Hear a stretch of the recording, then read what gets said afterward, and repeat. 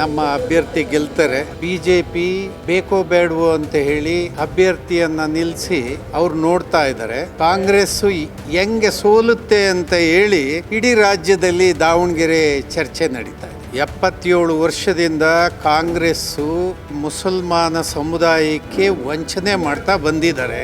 ದೇಶದ ಚುನಾವಣೆಗಳಿಗೆ ಕರ್ನಾಟಕ ಒಂದು ಟಜರಿ ಇದ್ದಂಗೆ. ಕರ್ನಾಟಕ ಕಟ್ಟೋ ದಿಕ್ಕಿನಲ್ಲಿ ಕೆಲಸ ಮಾಡಿಲ್ಲ.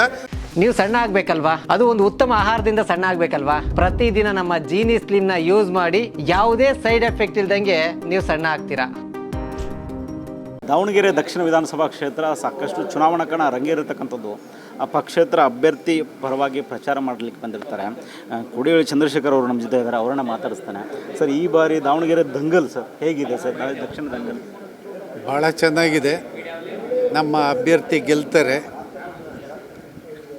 ಆ ಗೆಲುವಿಗೆ ಕೆಲಸ ಮಾಡಲಿಕ್ಕೆ ಅಂತೇಳಿ ನಾವು ಬಂದಿದ್ವಿ.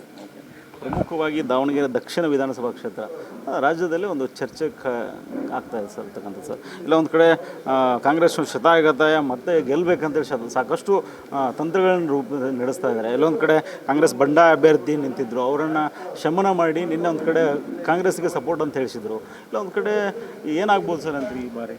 ಈ ಕ್ಷೇತ್ರ ಹೆಚ್ಚು ಚರ್ಚೆಗೆ ಒಳಗಾಗಿರುವ ಸುದ್ದಿಯಲ್ಲಿ ಕಾರಣ ಏನಂದರೆ, BJP ಬೇಕೋ ಬೇಡವೋ ಅಂತ ಹೇಳಿ ಅಭ್ಯರ್ಥಿಯನ್ನು ನಿಲ್ಲಿಸಿ ಅವ್ರು ನೋಡ್ತಾ ಇದ್ದಾರೆ. ಕಾಂಗ್ರೆಸ್ಸು ಹೆಂಗೆ ಸೋಲುತ್ತೆ ಅಂತ ಹೇಳಿ ಇಡೀ ರಾಜ್ಯದಲ್ಲಿ ದಾವಣಗೆರೆ ಚರ್ಚೆ ನಡೀತಾ ಇದೆ. ಅಂದರೆ ಎಲ್ಲೊಂದು ಕಡೆ ಅಲ್ಪಸಂಖ್ಯಾತ ಯುವ ನಾಯಕರು ಇಲ್ಲೊಂದು ಕಡೆ ರುಚಿಗೆದ್ದಿದ್ದಾರೆ. ನಮ್ಮ ಸಮುದಾಯಕ್ಕೆ ಅನ್ಯಾಯ ಆಯಿತು, ಈ ಬಾರಿ ಶತಾಯಗದ ಕಾಂಗ್ರೆಸ್ನ ಸೋಲಿಸೋದೆ ಅಂತೇಳಿ ಸಾಕಷ್ಟು ಜನ ಆಕ್ರೋಶ ಕೂಡ ವ್ಯಕ್ತಪಡಿಸ್ತಾ ಇದ್ದಾರೆ ಸರ್. ಇದ್ರ ಬಗ್ಗೆ ತಮ್ಮ ನೋಡಿ, 77 ವರ್ಷದಿಂದ ಕಾಂಗ್ರೆಸ್ಸು ಈ ಮುಸಲ್ಮಾನ ಸಮುದಾಯಕ್ಕೆ ವಂಚನೆ ಮಾಡ್ತಾ ಬಂದಿದ್ದಾರೆ. ಆ ವಂಚನೆ ಪ್ರತಿಫಲ ಈ ಜನಾಂಗವನ್ನು ತಿರಸ್ಕಾರ ಮಾಡಿರೋದು. ಹಾಗಾಗಿ ಈಗ ಅವಕಾಶ ಸಂದರ್ಭ ಕೂಡಿ ಬಂದಿದೆ. ನೋಡಿ, ಎಲ್ಲ ಯುವಕರು ವಿದ್ಯಾವಂತರು ಮಾತಾಡ್ಲಿಕ್ಕೆ ಶುರು ಮಾಡಿದ್ದಾರೆ.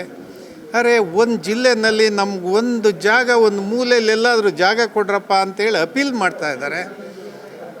ತಪ್ಪಂತ ಹೇಳ್ತೀರಾ? ಹಾಗಾಗಿ ಕೇಳೋದು ಸರಿ ಇದೆ ಸರ್. ಅಂದರೆ 85,000ಕ್ಕೂ ಹೆಚ್ಚು ಅಲ್ಪಸಂಖ್ಯಾತ ಮತದಾರರು ಇರತಕ್ಕಂಥ ಕ್ಷೇತ್ರದಲ್ಲೇ ಟಿಕೆಟ್ ಕೊಡ್ಲಿಕ್ಕೆ ಆಗ್ತಾ ಇಲ್ಲ ಕಾಂಗ್ರೆಸ್ನವ್ರಿಗೆ. ಬೇರೆ ಕ್ಷೇತ್ರದಲ್ಲಿ ಟಿಕೆಟ್ ಕೊಡ್ತಾರೆ ಅಂತ ಹೇಗೆ ನಂಬೋದು ಸರ್ ಅಂತ? ಈಗ ಎಲ್ಲಿ ಯಾವ್ಯಾವ ಜನಾಂಗ ವರ್ಗಗಳಿಗೆ ನಾವು ಪ್ರಜಾಪ್ರಭುತ್ವದ ಸಾಂವಿಧಾನಿಕವಾದಂಥ ವಿಷಯದ ಕೆಳಗಡೆ ಅಲ್ಪಸಂಖ್ಯಾತಂಗೆ ಎಲ್ಲಿ ಕೊಡಬೇಕು, ಮಹಿಳೆಗೆ ಎಲ್ಲಿ ಕೊಡಬೇಕು, ಹಿಂದುಳಿದವ್ರಿಗೆ ಎಲ್ಲಿ ಕೊಡಬೇಕು, ದಲಿತ ಸಮುದಾಯಕ್ಕೆ ಎಲ್ಲಿ ಕೊಡಬೇಕು, ಇದು ಎಲ್ಲದೂ ಕೂಡ ಲೆಕ್ಕಾಚಾರ ಹೌದಲ್ವಾ? ಅದೇ ಲೆಕ್ಕಾಚಾರದ ಕೆಳಗಡೆ ಅವ್ರಿಗೂ ಅವಕಾಶ ಮಾಡಿಕೊಡ್ಬೇಕಲ್ವ? ಕೊಡಲ್ಲ ಅಂದರೆ ಇದ್ಯಾವ ಸೀಮೆ ರಾಜಕಾರಣ? ಪ್ರಮುಖವಾಗಿ ಇಲ್ಲಿರ್ತಕ್ಕಂಥ ಮತದಾರ ಏನು ಹೇಳಿಕ್ಕೆ ಇಷ್ಟಪಡ್ತೀರಿ ಸರ್? ಯಾಕಂದರೆ ಈಗ ಅಭಿವೃದ್ಧಿ ಕಡೆ ನೋಡಿದಾಗ ಇಲ್ಲಿ ಒಂದು ಕಡೆ ಸರ್ಕಾರಿ ಒಂದು ಆಸ್ಪತ್ರೆ ಇಲ್ಲ, ಭಾಗದಲ್ಲಿ ಒಂದು ಸುಸಜ್ಜಿತ ಒಂದು ಇಲ್ಲಿ ಒಂದು ಗೌರ್ಮೆಂಟ್ ಕಾಲೇಜಿನ ವ್ಯವಸ್ಥೆ ಇಲ್ಲ. ಯಾಕಂದ್ರೆ ಸಾಕಷ್ಟು ನಿರುದ್ಯೋಗಿಗಳಿದ್ದಾರೆ, ಒಂದು ಕಾರ್ಖಾನೆಗಳ ವ್ಯವಸ್ಥೆ ಇಲ್ಲ. ಅಂದರೆ ರೋಡ್ ಮಾಡಿಬಿಟ್ರೆ ಇಲ್ಲಿ ಅಭಿವೃದ್ಧಿನ ಅಂತೇಳಿ ಸಾಕಷ್ಟು ಜನ ಮಾತಾಡ್ತಾ ಇದ್ರು. ನೋಡಿ, ಕಳೆದ 2.5 ವರ್ಷಗಳಿಂದ ಅಭಿವೃದ್ಧಿ ಅನ್ನೋದು ಸತ್ತೋಗಿದೆ.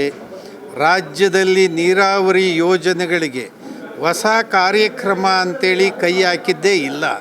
ಹಳೆ ಕೆಲಸ ಕೂಡ ಮುಂದುವರಿಸೋದಕ್ಕೆ ಸಾಧ್ಯ ಆಗಿಲ್ಲ. ಇವರು ದೇಶದ ಚುನಾವಣೆಗಳಿಗೆ ಕರ್ನಾಟಕ ಒಂದು ಟಜರಿ ಇದ್ದಂಗೆ.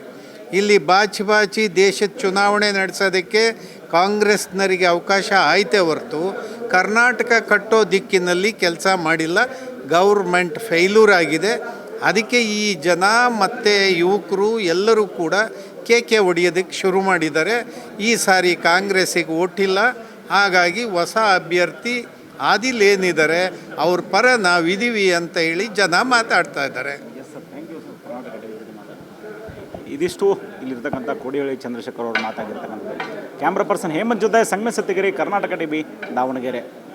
ನೀವು ಸಣ್ಣ ಆಗ್ಬೇಕಲ್ವಾ? ಅದು ಒಂದು ಉತ್ತಮ ಆಹಾರದಿಂದ ಸಣ್ಣ ಆಗ್ಬೇಕಲ್ವಾ? ಪ್ರತಿದಿನ ನಮ್ಮ ಜೀನಿ ಸ್ಲಿಮ್ ನ ಯೂಸ್ ಮಾಡಿ ಯಾವುದೇ ಸೈಡ್ ಎಫೆಕ್ಟ್ ಇಲ್ದಂಗೆ ನೀವು ಸಣ್ಣ ಆಗ್ತೀರಾ.